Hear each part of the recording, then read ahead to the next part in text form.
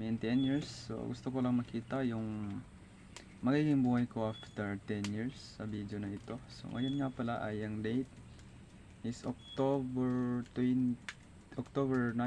2025.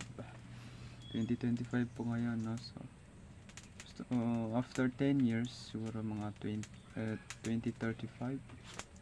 So inshallah, so titignan lang natin kung meron bang pagbabago sa buhay natin.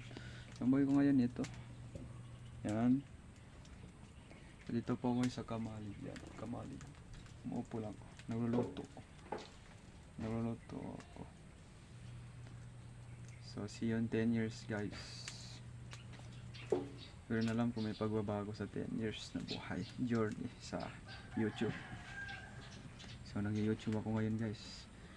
So nagbabakas sakali na baka umangat inshallah. So ano lang, guys.